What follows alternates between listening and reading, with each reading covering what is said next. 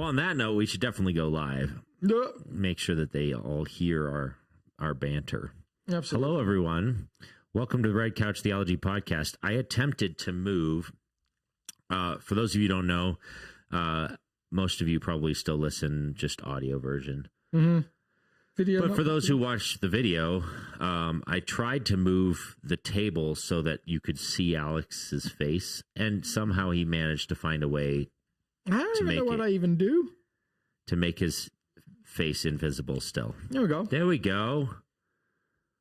And I was like, I'm still going to hide behind the microphone. I don't know. This is Alex. Most weeks. Hey, everybody. I just lollop. I'm a lollop. I don't know what it is.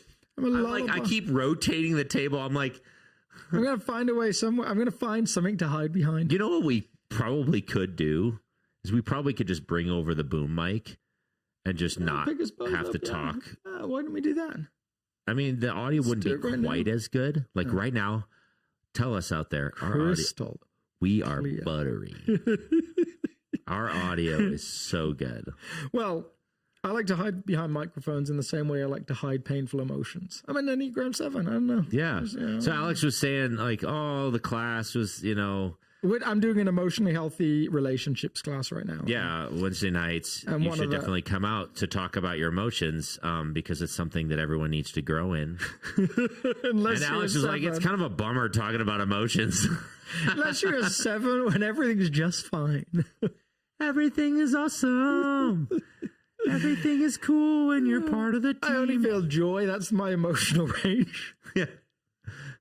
It's either joy or rage. Like those are the only two options. I'm either joyful. Although I've yet to see you enraged. I'm either joyful or mad. I'm not joyful. Well, anyway, on that note, yeah, that's not what we're talking about. Hey, I feel like we should deal with the question right away because it actually was submitted 2 weeks ago. It was serious question. Last week. No doubt. We just plowed right into content, and so we never even got to this question. Well, Rob brought the content last week. You and I just sat there and went, yeah, I agree. Yep. Mm-hmm. All right, so here was our question. There is actually a question mark. There is. In this question.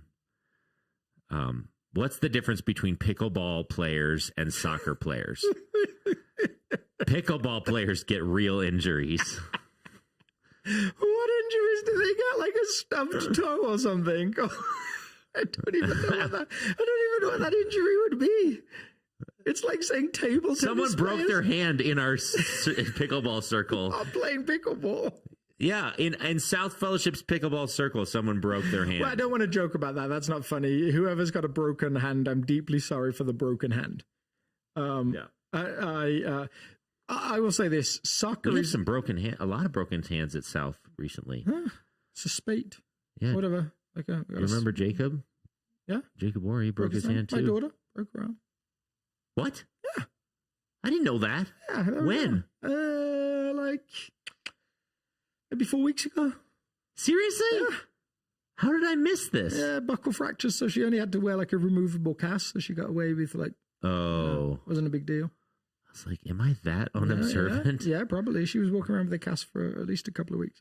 Anyway, so yes, you're right. There's a spate of injuries. Some of them playing pickleball. I would say this.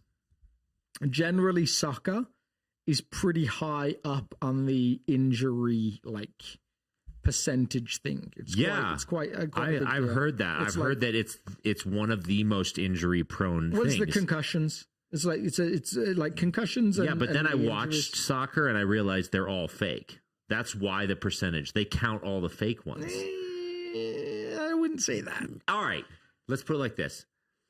90% of them are fake. No. So here's the thing. All right. What's the percentage then? The lateral movement required,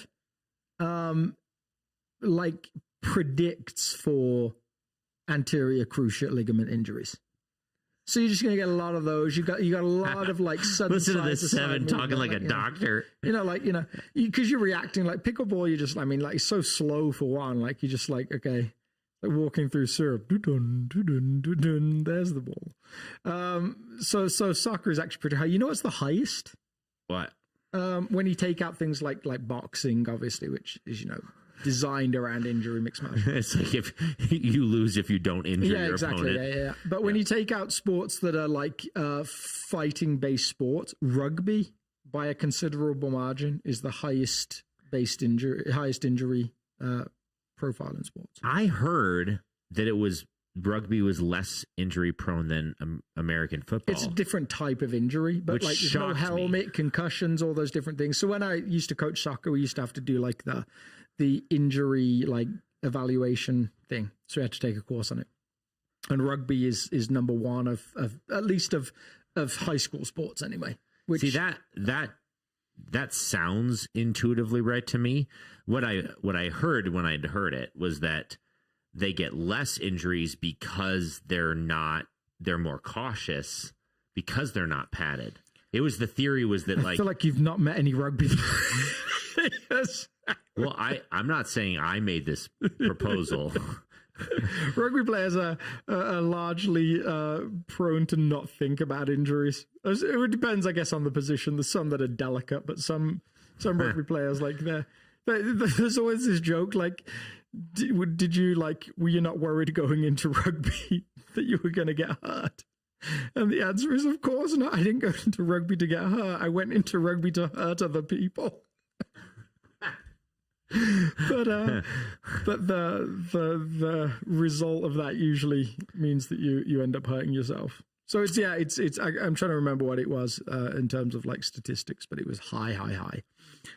Yeah, that actually makes some pretty good intuitive sense. You're basically crashing into each other without any pads. Yeah, exactly. Just the muscle and the fat in your body. But I really like the idea that it's not as prone because I just like counterintuitive. You would make a great rugby player. Yeah. Yeah. Because I'm old and no. You are like, you have a weird pain threshold. Like, it takes a lot for you to be like, I'm sick or I'm whatever, like, and you like have the right size, like they'd have thrown you on the second row and you'd have just. I actually would love to watch rugby, but it's not super available. It's like something you have to really work at. Yeah, you do. Find. Yeah. It's like cricket. Same with cricket. I actually, when I think when you were away, a load of us couples in the church went to the park down the road and we were watching cricket. And I got to do a cricket tutorial for all the American guys that had never watched a game of cricket before. It was a lot of fun for me. Like someone who likes instructing people on random things. That's great. And they seemed to like it too. They were like, I've learned more about cricket in this 5 minutes than in any other point in my life. But just great. Even just watching the little terminologies, like just people, I think there's always a frustration when people say something different to like, so the guy with the ball is called a bowler who throws the ball. And so people just random annoyance that he's not called a pitcher. Like, why wouldn't you call him a pitcher? I'm like, well, I don't know, rugby's been around for a good few hundred years before baseball. And technically, a real technician at cricket would say you don't throw the ball in cricket. You bowl it. That's a very different thing. There's overhand bowling. Bent arm motion. You're not allowed to. The ball has to come out of a straight arm, so it's not a throw. Technically. So you have to bend your arm in order to be a throw. Yeah. According to some ancient rule that was around before pickleball. You have to. Which is. That could only be like 10 years ago. I want to talk to the guy that invented pickleball. And tell them to rebrand. Do a rebranding exercise. Call it really, really fun ball. Tennis. It's not table tennis. Let's pick a strangely modified vegetable. It's not table tennis. It's not tennis. What is it? It's like in the middle. It's not even badminton. So I will say this. My wife's aunt just married a guy. Awesome guy who is a pickleball machine. He plays 10 hours of pickleball a day sometimes. He just brings, his name's Pat. And so I thought my father-in-law was insane. Someone's making a movie about pickleball and he's so good at it and so into it, he's in the movie. Huh. Like he's just like, so I actually feel like I have to tone down my rhetoric around pickleball just for the relationship's sake.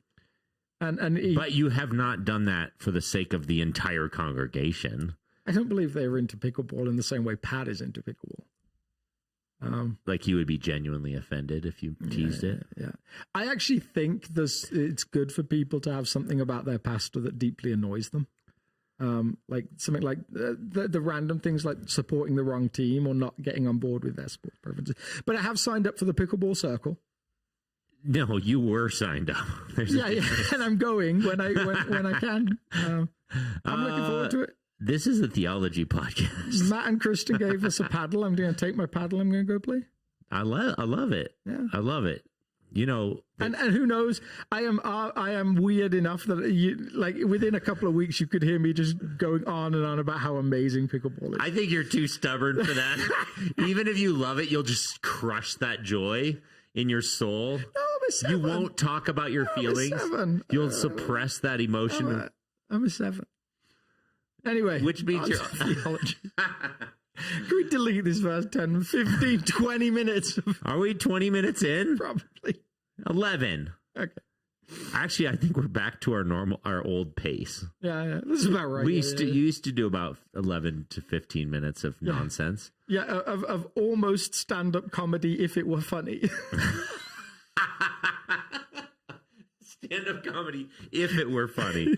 That's a perfect stand-up. I don't know what else. It's sitting down stand-up, which is definitely not the same. Occasionally my wife listens. I think it's in these moments. She just stands normally I there rein us in, but right now I'm trying to find to see if we have any more questions. So I'm like just letting you go. This is what happens when the podcast is just Alex Untethered. I fear that podcast. We should start another podcast called Alex Untethered. Oh man! You Lord. Talked about the Bible on Sunday. I did. Yeah. Which was nifty and neat.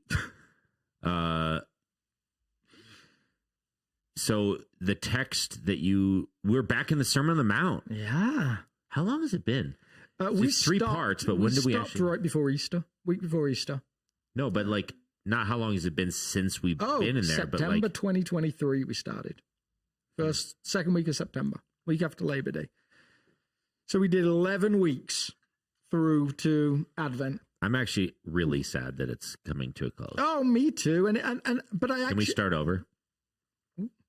Maybe.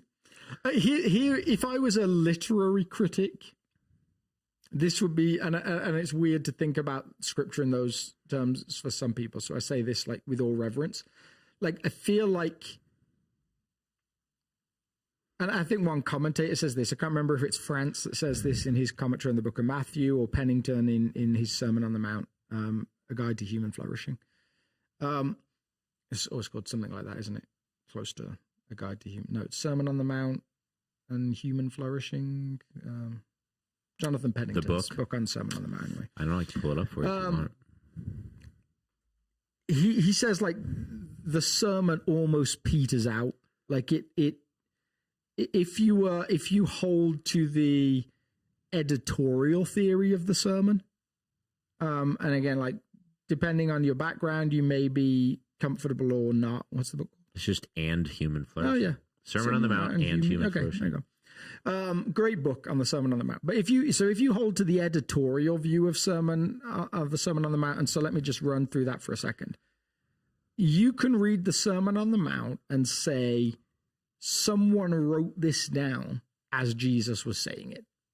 Like, Jesus is on a mountain and someone's like writing it down. The problem with that theory, if you want to look at it as a problem, is that well, the first century culture didn't really favor or lean itself to the idea that someone sat there with a parchment, a quill, and a pen, and was like, "I'm going to take exact, like, word for word notes of what someone's saying." Yeah, like, that would be a huge, dramatic, sudden shift in a culture that had never really done that before. Well, yeah. And they didn't have typewriters. They didn't have typewriters, yeah. So I said that. So it'd be a quill and a pen, right? So a quill and a pen, and very complicated lettering. Yeah. So one letter. But I think that's how we imagine it sometimes. The someone there taking notation, like, you know. Yeah. the other theory, and I'm going to move across the other side of the spectrum here, is that someone has a bunch of sayings of Jesus and they place it in the context of a sermon, and give it a structure. And then there's probably all sorts of markers in between. Okay. When you read it, like there's this very definite sense of where it's going early on. Like there's the triad was the Beatitudes, and then there's the the greater righteousness sayings afterwards, and then there's the triad of prayer and fasting and giving in the start of chapter 6, including the whole Lord's Prayer aspect as well. And then when you get to chapter 7, like it's harder to figure out where the gaps are or where the lines are between one statement and another statement.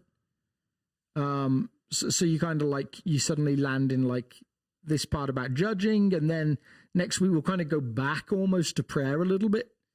And then there's this greatest commandment moment in verse 12 or the golden rule, moment in verse 12.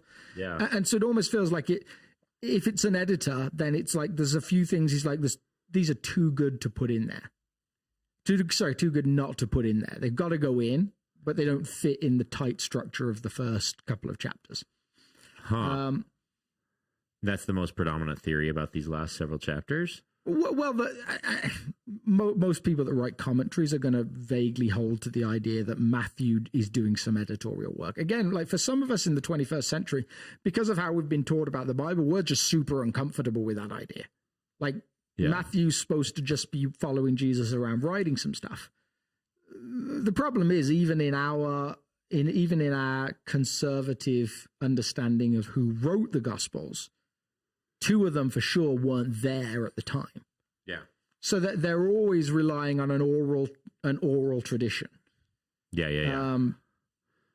And so, and again, in the 21st century, our absolute, like our non-negotiable is chronology and like word for word. We don't like, that's how we do everything. So we're like, well, no, did he say that first or did he say that first? That matters to us. Yeah. A first century person, they don't care about that.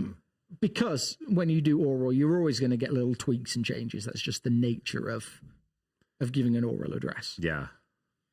So I think these last ones I find harder to get into a rhythm around in teaching, because it feels like I'm not building on something. I'm jumping from one idea to another idea.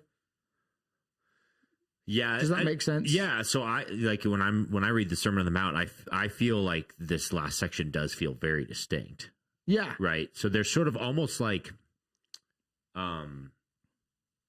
there's like who's involved in the kingdom, kingdom principles, and then sort of rubber meets the road, almost like the book of Proverbs. Yeah, exactly. There's this example and this example and this example. And so it does feel maybe like there's less of a strand between texts as in some of the other sections. Well, so even like take the passages we'll get to this week, verse 7, verses 12, there's this section on ask, seek, knock. There's this section around your Father will give you what you ask for, even though Jesus has also said in the section before, he knows what you need before you ask. Yeah. And then we'll go on to the golden rule, which is about do unto others as you would have them do unto you. And like, so it's hard when you're teaching it to say, where's the flow here? Like what's they're all amazing things. And you can totally understand why they're in the sermon, and you see the brilliance of Jesus as a teacher. But just in the nature of human recording of stuff, you're like, okay, I feel like whereas in the first couple of chapters, you're like, oh, you got to remember last week. Like, let me give you some reminders of last week because it so much affects what I'm going to talk about this week.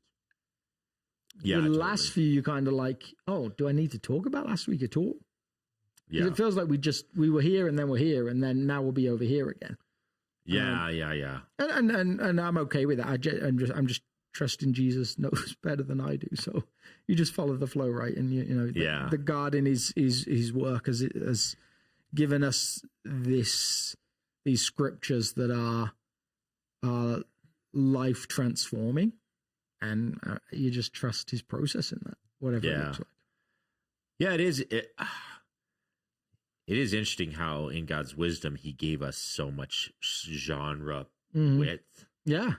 It's like he's going to hit it at all angles, and like different personalities resonate with other things. Yeah. And different seasons, one genre might resonate with than another. Yeah, absolutely. And it just, And in the midst of that, the vagueness that he'll trust us with. So like, and we'll get to verse 6, hopefully some point today. Like I think verse 6 was read on the bumper video. Yeah. For Sunday morning, but I didn't even get to it. I actually just said we're going to look at it in the podcast, because you go through judging and it's do not judge. And again, a whole bunch of questions about exactly what he means by judging based on some other scriptures and some other things he says. But then we're suddenly like, do not cast your pearls before swine. And so you have a moment as a reader, you're like, what does that mean? Yeah, where did this come from? Left field. So not only is this section of the Lord's Prayer feel like the most like single pericope, unrelated to the previous, little chunk. There's another verse this coming week that, depending on how you read it, feels, where did this come from? We're talking about this. We're like this, way over here in subject matter. See, and then if you read commentators, a lot of them are like, I don't know how to get to this next thing. Like, I don't know how to give it a grouping. Does it belong here? Does it belong there? Especially when the language implies it's directly related. Yeah. But the subject matter, to us at least, doesn't feel like it's related. That's funny. So last week, I gave this big, strong plug for this past Sunday sermon, which we're talking about today, that you are going to give a really helpful, insightful thing. And you did. You remembered what it was. Yeah, I did. So there was no bait and switch there. He actually delivered on my promise. Good job. Thank you. But I think it was helpful enough that, like, let's talk about it again. Yeah. That what is a spiritual practice that would enable us or help us in the process of learning to not judge? So I think what I tried to do to start with was give people a sense of, it is so difficult when we have so many words for everything. They tend to get very specific, where in a Greek world or a Jewish world, we're talking about a Greek language, we're talking about a Jewish culture. And the probability that Jesus spoke in Aramaic, not Greek, to the crowd. So some translation work as well there. So we're now like two languages removed and 2,000 years of culture removed, it makes it hard. So to us, judge like means usually to condemn actions. And even in our modern world, when we talk about judging, like there's a, like if you go to like work in prisons, a lot of the guys and girls in prisons will say, well, don't judge me on my worst moment. Don't move from like judging my actions to making like a whole assessment of me as a person based on that worst moment. Yeah. So there's like this sense now that when we say judging, we usually mean like in the sense of condemn. Yeah. But primarily to condemn like maybe the person themselves. Yeah. So like, so when someone says, don't judge me, they're not saying, don't say that I'm wrong, my actions are wrong. They don't, like, no, you're talking about me now, you know. There's a difference between the actions that they did and who they are in summation. Yeah. And so like figuring out how you then like take Jesus' idea about do not judge, when judge has this huge semantic range in Greek, like krino has all sorts of elements. Like it's the work of a judge to condemn a criminal, but also to pronounce righteousness and to vindicate somebody. So like it can be positive or negative. Interesting. It can be to separate like into two groups of people, like to say one is good and one is bad. It can, It can mean like krino is where we get the English word critic from. So it can be to like evaluate. That can be part of the language. And so trying to get a grasp of like, well, what is Jesus saying here? Is he saying don't evaluate people? Is he saying don't judge actions? Is he saying don't judge people? Don't judge hearts? Like from a 21st century mind, we're like, well, we don't know all of those different contexts. Like, help us out. And then there's all these other places where in the New Testament, it will give you some sense that you are at least supposed to make a value statement based, like, or supposed to be able to evaluate an action. You're supposed to be able to say that's bad. Yeah, that's a wrong action. Like, and if we push hard enough, everyone has something that they think is wrong. And actually, very bizarrely, like even people that act a certain way, if that action is reversed and done to them, we very quickly get to like a different view of the action. C.S. Lewis talks about this all the time, like in Mere Christianity, when you steal, if you have someone who's a thief, if you sit in their chair when they get up for 20 seconds, like, wait, no, that's my chair, that's not fair. And you're like, wait, you steal stuff, like, and still you've got this sense of that's not fair when it happens to you. So we always have a point where we'll say something is wrong. And then there's a few things that we're all kind of like, that's wrong with a capital W. It's not just personal. It's like systemically wrong. Yeah. We've all seen stuff like that. So it's pretty clear we're supposed to have that sense of being able to say an action is right or wrong. Yeah. And it's not saying do not judge in terms of like that there shouldn't be laws and that there shouldn't be even punishments for wrong action. Because that's all over scripture as well, especially in the church. Like Paul's like, no, don't worry about judging people outside the church, but in the church, like there's got to be standards. There are standards, and Paul's really clear on like, no, if you do this in the church, we're going to remove you from the church. It gets first century gets pretty heavy. Like, yeah. So what is Jesus saying then when he says do not judge?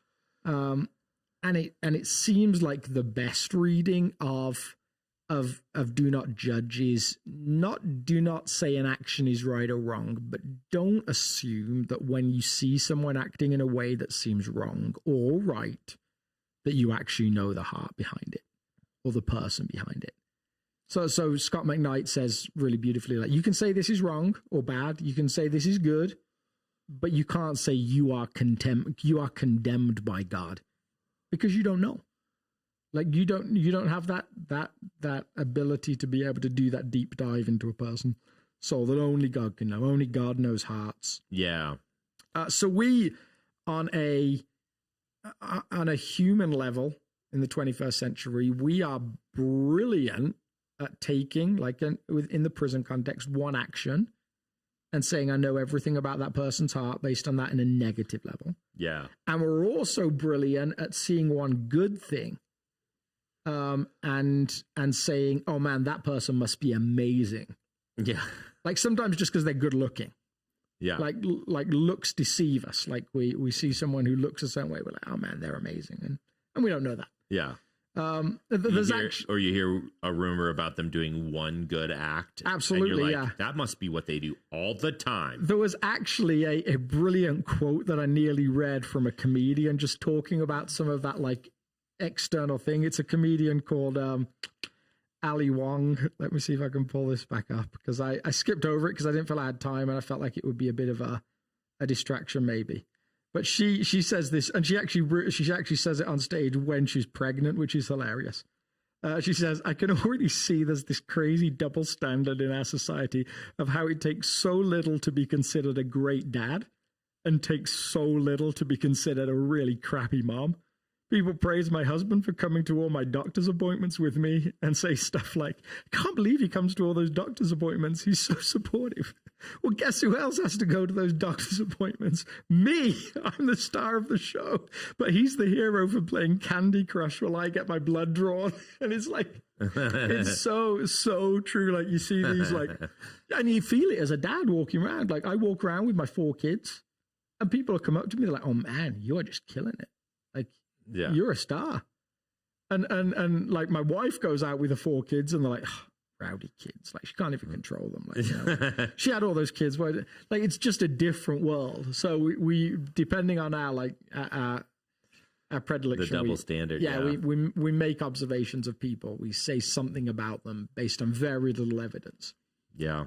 So that's one element that we talked about. Like, and then Jesus with that goes on to say, well, yeah, just be really careful because it's really easy to make an observation of someone and not have done the deep work to look for things in yourself. Like we're as a species pretty unself-aware. We don't know ourselves very well. Laura and I have this little thing that we'll throw at each other every now and again. It's from The Office. And there's this scene in The Office where Michael, the boss, has hired this young, good-looking salesman. Timothy Oliphant is the actor, and he's trying to ask people who he reminds them of, and they're giving all these different answers, like, you know, and he's like, no, it's like me, right? He's like a younger version of me. and Oscar, one of the characters, goes like, it's really hard to know yourself well, isn't it? And so when Laura and I catch each other in a moment of being unself-aware, we're like, it's really hard to know yourself well, isn't it? And it is. It really is. Yeah. So Jesus actually, like, brilliantly, I think, says on a basic level, do not judge. Do not presume to know men's hearts. And then in this brilliant way, like, because knowing us, I think he knows we'll try and spiritualize it. We're like, well, I just want to help people improve. Just going to point out this flaw. This is the prayer request gossip system. Some of that, yeah. Some of the prayer requests. I heard so-and-so's really struggling. We should pray for them. Yeah, absolutely. Yeah, Let's talk about that thing that they're struggling with for the next 45 minutes before we pray. Yeah, or to go after someone's weak point, like when you see them like in a worse moment, just to be able to say, like, I'm just trying to help you grow. Like in this moment where you're deeply emotional, I'm just going to push this button because I'm gonna help you here. Yeah. And Jesus is like, well, just be really careful that when you push those buttons, when you make those offers, there's not this big thing in your own life that you're kind of completely unaware of. Like, and if your goal is genuinely to help, well, then you're going to help much better if you've actually dealt with the problem in your own life. Yeah. Like the guy that's addicted to pornography is unlikely to help a guy addicted to pornography, like, overcome it. And the guy that's having an affair is probably even less likely to help. And it's certainly a spiritual problem in terms of awareness when you've got a big sin issue or struggle that you're unaware of completely and you're allowing to bypass. And you're kind of poking at people for. So, but you gave a really concrete way, because like saying don't judge is like stop thinking about pink elephants. Yeah, right. Totally. So I always find it helpful if someone gives me but you can do this instead, and it's kind of helpful. Yeah. And so for me, the thing that, like, just as I was reading the Sermon on the Mount way before we came back to it, was for this passage was curiosity. Like actually choosing curiosity. So I think self-awareness is the thing that Jesus tells us to do. Like there's this thing that he concretely says, do this. That's the plank. Yeah. But curiosity is the thing that he models that we rarely do.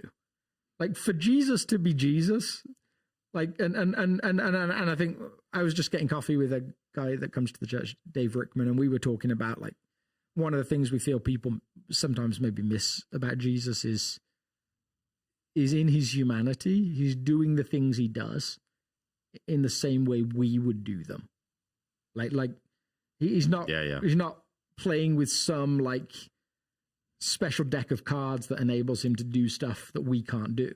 Yeah, which is one of the reasons that Philippians 2 text is so powerful. It's like theologically, he's using his humanness, not his godness, to pull this thing off. Absolutely. Like so key.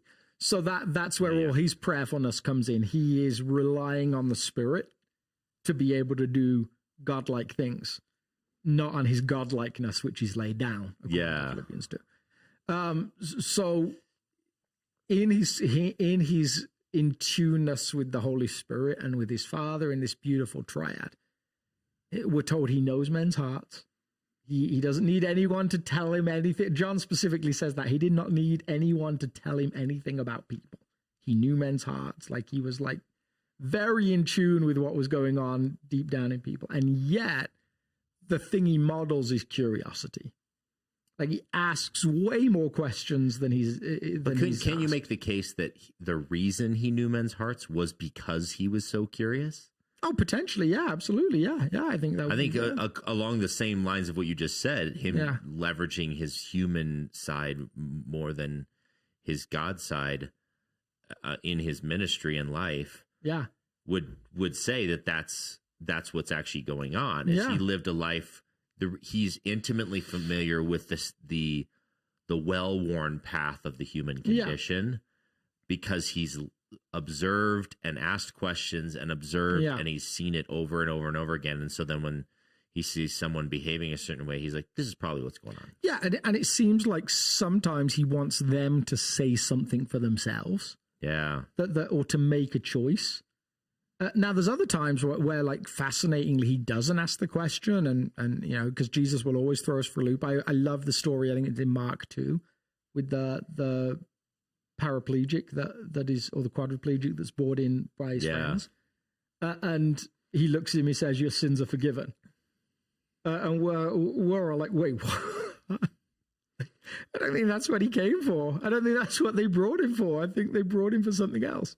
And then he goes and does that other thing afterwards as well. Yeah, he's got like this whole reason for doing the things he does. But that's why Jesus just will always surprise you. But the man at the pool of Siloam in John chapter 5, like, what do you want? Like, what do you want? Well, we all think we know what he wants. Yeah. But actually, well, does he? Does he want to get well? Like, if he gets well, then you don't get free food if you're well. You don't get a disabled parking pass if you're well. Like, do you really want to lose those things? You don't get state benefits for disability if you're well. Like, not everybody wants to be well. We assume they do, but Jesus doesn't assume. Jesus asks questions with the woman caught in adultery. Like, there's a question, like, you know, and sometimes they're questions that we don't quite understand, but that's why he's Jesus and we're not. Yeah, like, that's why. So I think I have this.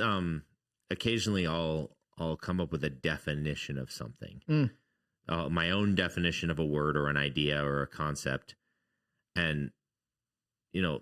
I like to sort of just hold that definition for a while to see if it's true for all uses of that term.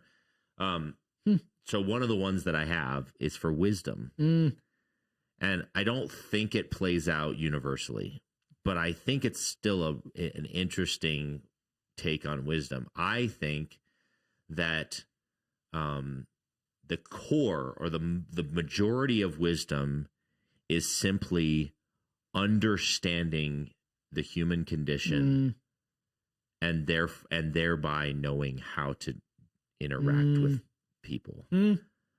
It's almost on par with emotional intelligence. It's like the ability, because emotional intelligence is not just understanding our own emotional world.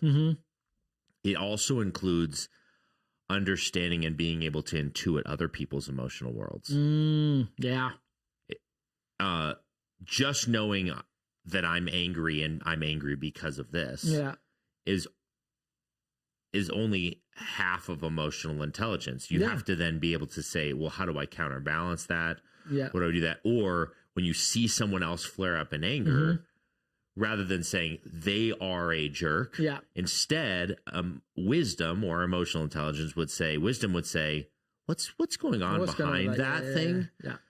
Because normal humans don't flare up in anger without multiple layers of thing, exhaustion, a wound, and usually it's some sort of complex cocktail of all of the above. They're tired, overworked, overstressed, unacknowledged, unloved, and then they explode in anger. But we I think, and I totally agree. I think we tend to assume everyone around us is feeling as we're feeling. Like there's a mirror there, that they're thinking as we think. Yeah. One of my favorite moments in Shakespeare is in a play called Much Ado About Nothing. There's these two characters, Beatrice and Benedict, and you kind of know from the beginning that like there's going to be some kind of romantic connection. But at the start, they hate each other. And they just have these great like bickerings back and forth. It's like machine gun, like it's like two very witty characters just going at it. Yeah, it's so good. Like, and I think there's a movie of it with Emma Thompson and Kenneth Branagh, and they do it brilliantly. They just capture that one. Yeah. But then there's this moment where Benedict hears her talking to someone else, just ripping him, just like talking about like how awful he is. And he goes away and he's like, wait, I'm not like that. Like this is what she's done. She's put the whole world into her person. And it's such a brilliant saying. Like, I love, like, she's put the whole world into her person. She assumes everybody in the world thinks exactly like she thinks. Because she talks about this as a general thing. Like, everybody hates this guy. Everybody, like, as soon as he turns up, he's just like, oh, not this guy again. He's like, no, most people love me. It's just her that hates me. She's just assumed everyone else feels the same way. Yeah. And I think we do that about so many things. We assume people are thinking like us. So then your advice from Sunday was curiosity is a tool you can use. Mm-hmm. Like, yes, we're not supposed to judge, right? Mm-hmm. Partially because we don't have enough data. Mm-hmm. Yeah. And God has all the data, which is why judgment should ultimately live with him. Yeah. But the power and the beauty of curiosity is you can acquire more data. Yeah. And you may not ever get to the place where God says, all right, you have enough data. Now you're allowed to start judging again. Yeah. In actual fact, like, you never will, because you'll never see the full heart. You'll only see what they have the courage to present anyway. Yeah. But you can actually learn to empathize with people you didn't expect. Yeah. You can learn to interact with and engage with people you wouldn't expect if you leverage the tool of curiosity, because you could just ask questions like someone blows up and whatever, or they're petty the way you don't, and you want to judge them and stuff, and then you start to ask a few questions, and suddenly you're finding out, oh wow, like they just lost a loved one, and they can't make their mortgage payment, and you're like, oh, actually, given the new data that I now have based upon curiosity, I think they're kind of killing it. Yeah. They only blew up to this level. Yeah. And if I had experienced the things that they had experienced, I probably would have blown up to this level. Totally, yeah. And suddenly your compassion, your affection for them, your willingness to deal with their bullheadedness. Or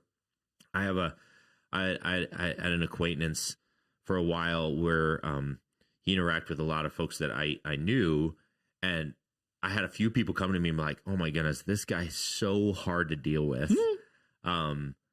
And I would just fill him in on a piece of information. This guy had chronic pain, like excruciating chronic pain every single day of his life for the last 9 years. That's brutal. And he was a little edgy. Yeah. But as soon as they had that piece of data, they're like, oh, it's shockingly way easier to tolerate. I still don't like that he's a little bit grumpy all the time, but it's way easier to tolerate that grumpiness because I know the guy is in chronic pain all the time. So I had that change of lens for me, and this is more like about a people group. In England, we have a system that we would call council housing, somewhat like we would talk about projects here. Like an area that that people living on low incomes and stuff like that, or no income, like on income support. And I remember growing up, my family my dad's a hard worker. His dad was a hard worker. Like we grew up with an idea of you work hard, you provide, you don't ask the government for stuff. You don't ask really anyone for stuff, and so I grew up with an attitude towards all these people of these people are just they're just lazy. Bums. They just don't want to work. And then I ended up doing, for a season, charity fundraising. And surprisingly, these are the areas they send you to, because these people are more likely to support a charity than rich people are for someone on the doorstep. Rich people, wealthy people have their own sense of I do this as support. I have this foundation. I have this thing that manages this. They're not giving their bank details to a guy on the street, even if there's no risk to it. They're I just don't, why would I do that? So these people are the sort of people that you go to. And then you start to hear some of the stories. And then you realize, like, oh my goodness, like this guy, he's growing up in this council house that his dad also grew up in. And his granddad also grew up in. And he was told by his dad, who was told by his granddad, that the most important day of the month is like twice a month when we go and we get our unemployment checks.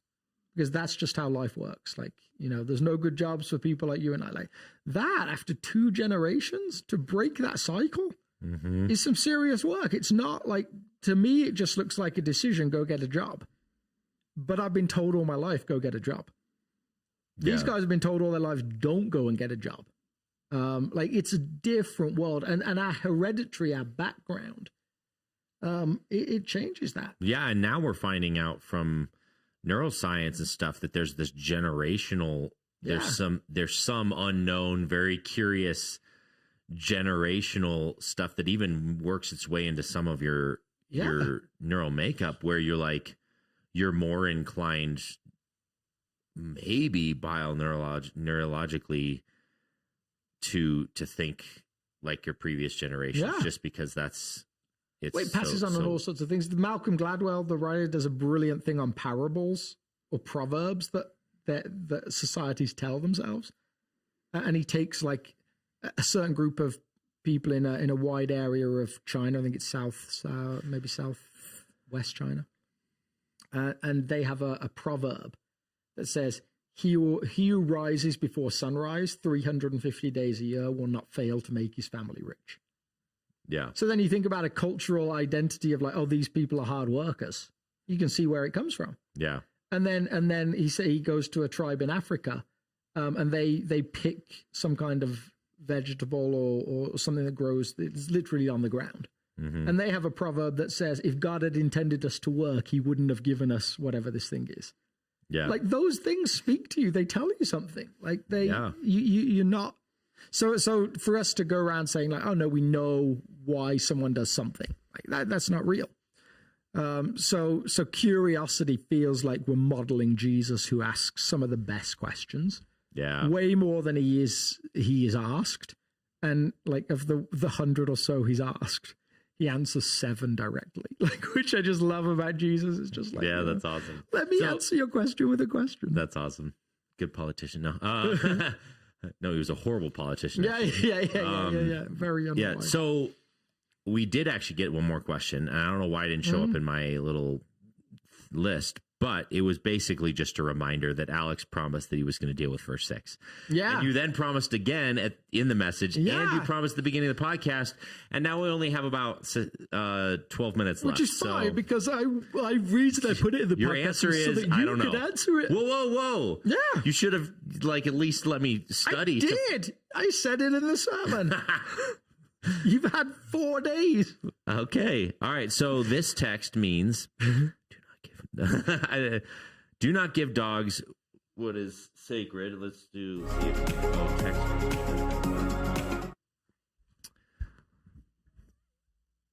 So anyway, let me quick close this out so that they can actually see it a little bit for those who actually care to see it on the screen.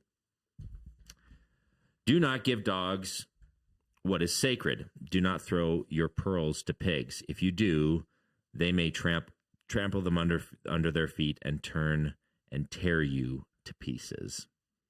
It's a judgment verse. It's make a judgment. Like it's the brilliance, right, of the language of Jesus, of like, do not judge, but also be wise enough to judge. Like, and he does that all over the place. Be wise as serpents, as innocent as doves. Like, watch out for wolves around you. Like, he's always saying these things. Yeah. And now he says it again, right after the time he said, do not judge. It's brilliant. All right, there's our answer. I mean, do you not think satisfying... that's what it is? Is that not what it is? Well, Don't throw valuable things in front of people that won't appreciate them. How do you know whether they appreciate them? If I'm honest, I didn't know that you were setting me up to answer the question. I've wrestled with this passage, this verse many times, trying to figure out where it fit, and it sounds like the commentators wrestle with it. Well, most commentators don't want to attach it to in most text, if you open scripture, I think even in this one, it's included in like under the heading. But it's not in the paragraph. But yeah, so most of them, no, it kind of still is. It's still in the whole judging others section. Yeah. So it feels like Jesus says, don't judge in this way, but do judge in this way. Like, don't believe that you can see how people stand before God, but do recognize those that will treat what you give them well, or need what you give them, perhaps, and then recognize that there's some people that don't. Yeah. So, like in your study, is pearls before pigs? Is that like a figure of speech in that day and age? I there no idea? Yeah. And it feels like it must be. It feels like it's something that's like, but there's even commentators that be like, this isn't anywhere else. We don't know where this came from. Yeah. This is Jesus doing Jesus-like things. Yeah. So your angle on it is that it's okay to make value and judgment calls about some things, but not other things. So I think, again, it goes back to, I would say that the verse 1 to 5 are centered around when you are aware of people's actions, that they're good or bad, don't assume that you can see behind the scenes. Don't assume that you understand the whole person or understand where they stand before God. But do have the ability that if someone is constantly, like if you've given someone money and they've constantly just wasted it, don't continue to do that thing. Like if you've shared something with someone and they've not valued it, I think it's saying, don't continue to take that same action. But I don't know, I could be wrong. So what's interesting about this is the language he uses and is really harsh language towards the person. Yeah. He calls them dogs and pigs. Yeah. Which in the first century, dogs are dirty and gross. They're not your pet Labrador retriever. And pigs are unclean in a Jewish context. So like these are two of the most heinous animals that he said. And he's basically calling people dogs and pigs. Now, Jesus will do this, like he'll do it in the passage we do this week when he says, you, though you are evil. Yeah. Like, now, is he actually trying to make a statement based on, like, is he saying to people like you and I that have found faith in Jesus, that have received his redemption, that we're evil? Well, no, I think he's given a comparative sense of, like, it's the lesser more thing. Like, how do you make that stand out? Like, well, God is the more, we're the lesser. Like, you want to give it as much of an extreme as possible. The evil person versus the good God. Like, if the evil person will do this, the good God will do even more. Yeah. So I think that's the point of it. The reality of dogs and pigs is they don't appreciate what they are given. Like they don't appreciate things of value. To them, it's like, unless it's food, it's nothing. So like, it's like, don't give the valuable thing to the person that won't appreciate its value. Some people have said this is about the gospel. It's connected to when he says, like, if you go to a village and they don't welcome you in, shake the dust off your feet and continue on your way. Yeah. So some commentators have drawn that connection to it. Yep. But overall, when it's all said and done, you're kind of saying this is just Jesus messing with us a little bit. I don't know about messing. I think it's him being able to differentiate between different types of judgment. And I think it reinforces the point that at no point in Matthew 1 to 5 is he saying you should have no sense of right or wrong, which is the modern take on Jesus.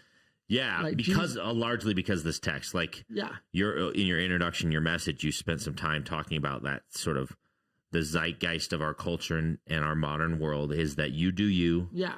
And it's become the totalization of the Sermon on the Mount. Yeah, and the good way to be human is to let others do their thing and don't pick on them.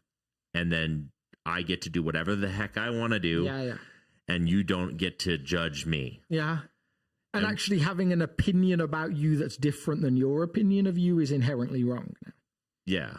That's an identity statement issue. And so part of your sentiment is that this verse almost reins that possibility in. Yeah, and I think multiple verses in the next chapter do that. Yeah.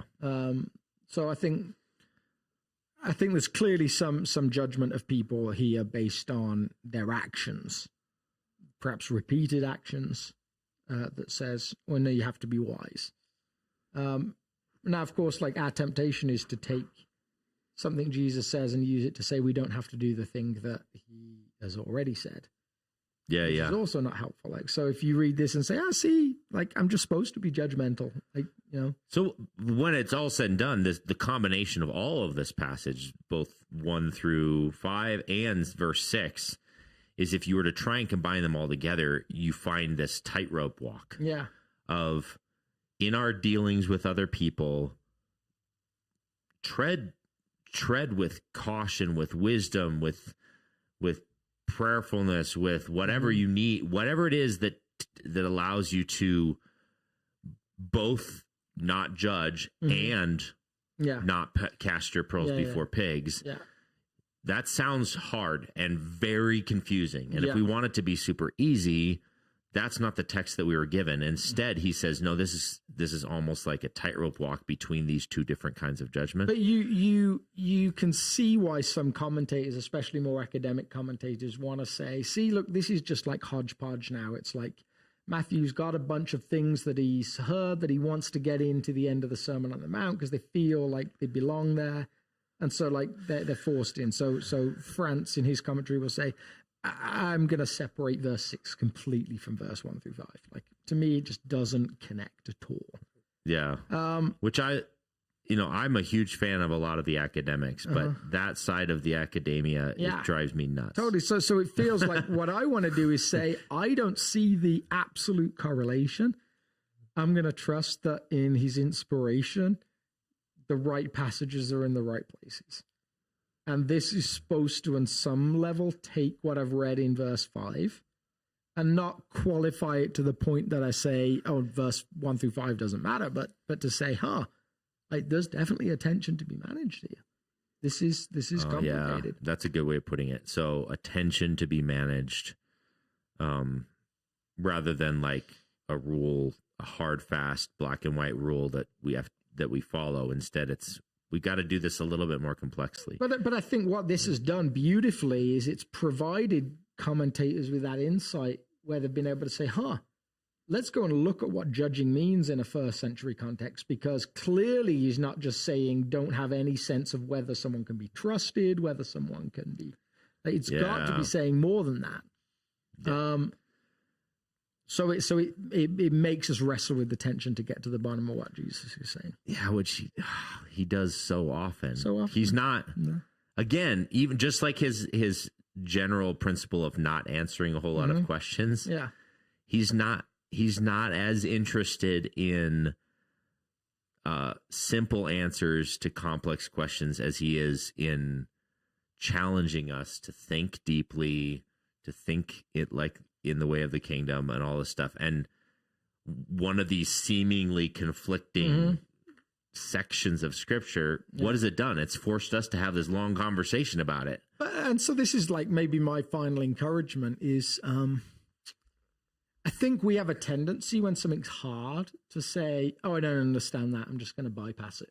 I'm just going to leave it. Actually, no, that's probably an encouragement to wrestle with it. Like, we want to have certainty over what a passage says. Yeah. And it's like, no, well, if that's raised your curiosity, if you're like, that doesn't feel like a satisfying answer, well, keep reading, keep like praying about it, asking the Spirit what he has to say to you about this passage. Keep reading what other wise people have said about this passage. Do the hard work. Yeah.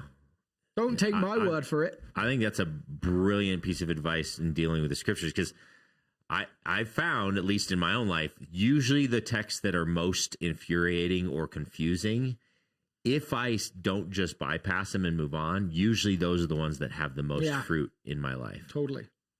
There we go. Good advice, Alex.